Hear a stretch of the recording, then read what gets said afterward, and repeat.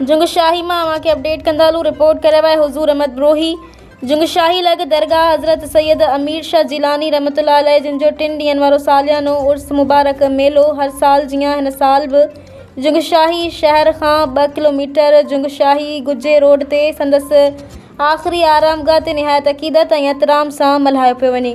मेले में हाफ़िज़ अताउर रहमान फर्ज़ंद मुफ्ती साईं अब्दुर रहमान ऐं हाफ़िज़ शुएब रज़ा ऐं दरगाह सैयद अमीर शाह जिलानी जे गादी नशीन ग़ुलाम क़ादिर जोखियो सां गॾु चादर चाढ़े दुआ घुरी। मेले खे संभालींदड़ हाजी मीर हसन जोखियो ऐं अर्ज़ी बलोच जी निगरानी में मल मड़ाखड़ो मुनक़िद कयो वियो, जंहिंमें मल पहलवाननि ग़ुलाम नबी शीदी, ख़ान बहादुर शोरो, गुलाब बलोच, हबीबुल्ला ॿारण, राहिब शीदी, शेरू जोखियो, दादलो शीदी, नसरुल्ला शीदी, यूसुफ शीदी, काशिफ जोखियो, नदीम नाहियू, रोशन जोखियो ऐं ॿियनि मल्हू मारे ख़ूब इनाम ऐं दाद हासिल कयो।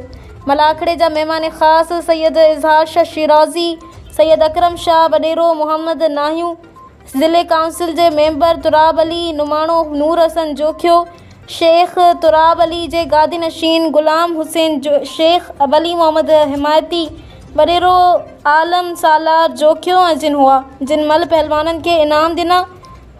जॾहिं त अनाउंसमेंट मल पहलवाननि सोमार बुकेरो ऐं अमीर शीदी कई। जुंगशाही पुलिस मेले में को अहिड़ो वाक़ियो पेश न अचे इन लाइ मुकमल तयार हुई। जॾहिं त आयल महिमाननि खे हाजी मीर हसन जोखियो पारां लोंगियुनि ऐं अजरकुनि जा तोहफ़ा पेश कया विया।